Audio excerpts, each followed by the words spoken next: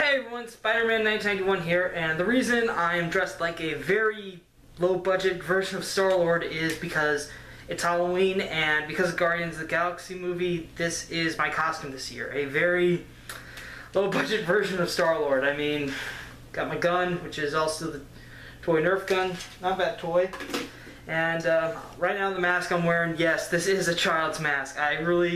It's just the mask though. I did not do a lot of customization with it because, well, like I said, low budget version. And I really didn't have the time to fix it. This was really mostly an impulse buy. I decided, I saw the mask, said, oh yeah, I can be Star-Lord for Halloween, and I bought it. Also, it did come with a little Nerf gun, which I'm happy about. So, anyways, the reason why I decided to dress like Star-Lord, wear my costume for this video, is that is appropriate because of I only bought one comic this week, and that one comic is Guardians of the Galaxy number 20. Okay, first I'm going to take off my Star-Lord mask because, well, I think it would be better for the review if you can actually see my face. Like I said, it's pretty small. Trust me, this thing's like really small when you actually get to see it. Anyways, Guardians of the Galaxy number 20. This is pretty much the conclusion to the epilogue to the Thanos Imperative, which tells us what happened to Star-Lord, Drax, and Nova, and Thanos when they were in the Cancerverse. Pretty much the issue itself opens up in the present. Gamora is like getting ready to storm out of the Guardians ship.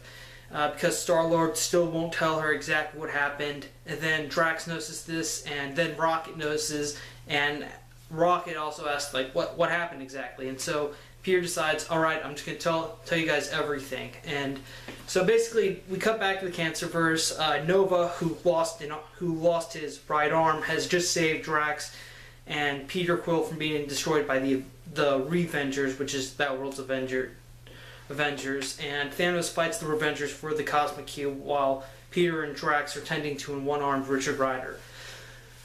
So, basically the fight between Thanos and the Revengers ends when Thanos gets the cube and kills them all. So then Drax goes head on to attack him, then Nova and Star-Lord lend Drax a hand by blasting Thanos too, but during the confusion, Thanos loses the cube, then Nova gets it, and Nova realizes that the only way they could go back home is if he combines the energies of the Cosmic Cube with the full power of the Nova Force, which he has, because technically he's the only Nova Corps officer left. So he has all the power of the Nova Force. So he combines that with the power of the Cosmic Cube to reopen the portal.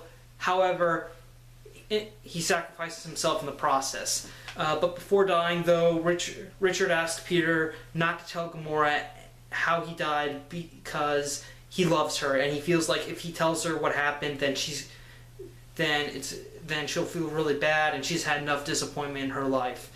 And so Nova is able to successfully reopen the portal to the main universe. Peter and Drax return home, but so does Thanos. And then afterwards, Thanos just leaves. He leaves Peter and Drax alone, and then we get back to the present where Peter is finished telling his story.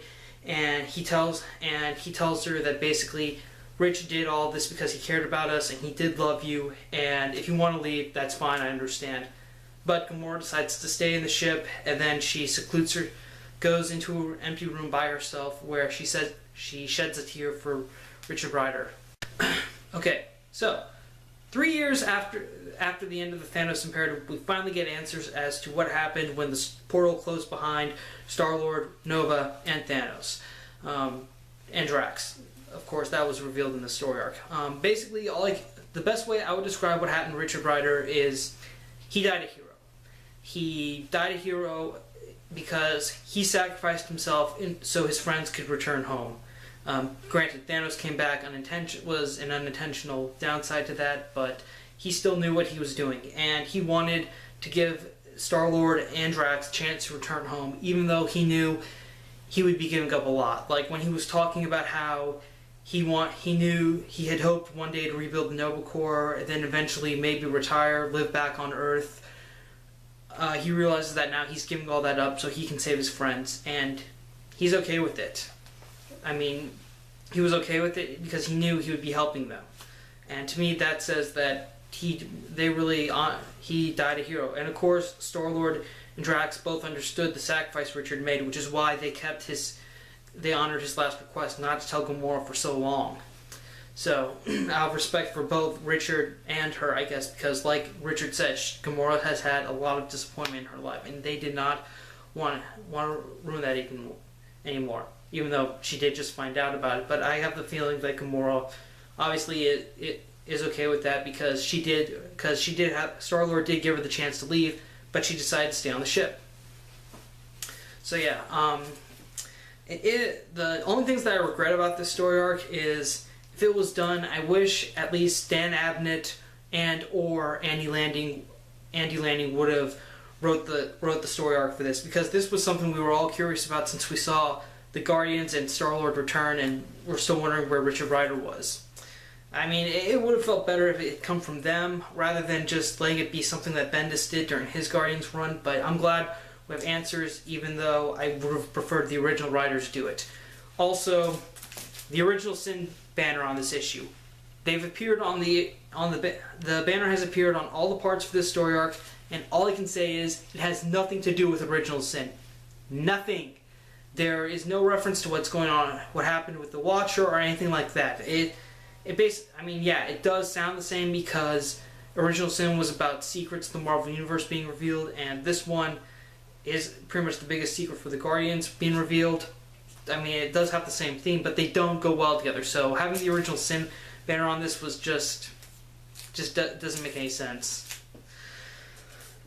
So yeah, overall, I would say if you love the Dan Abnett and Andy Lanning run on Guardians of the Galaxy and Nova, then you should definitely pick up these 3 issues, 18, 19, and 20. Okay, that's it for my comic review this week. Sorry it was only one comic. Hope you all enjoyed looking at my very poorly crafted, cheap version of Star-Lord costume. Again, thank you for watching. Thank you for subscribing to my channel. Happy Halloween, everyone. Please stay safe out there. I'm Spider-Man 1981 saying see you later.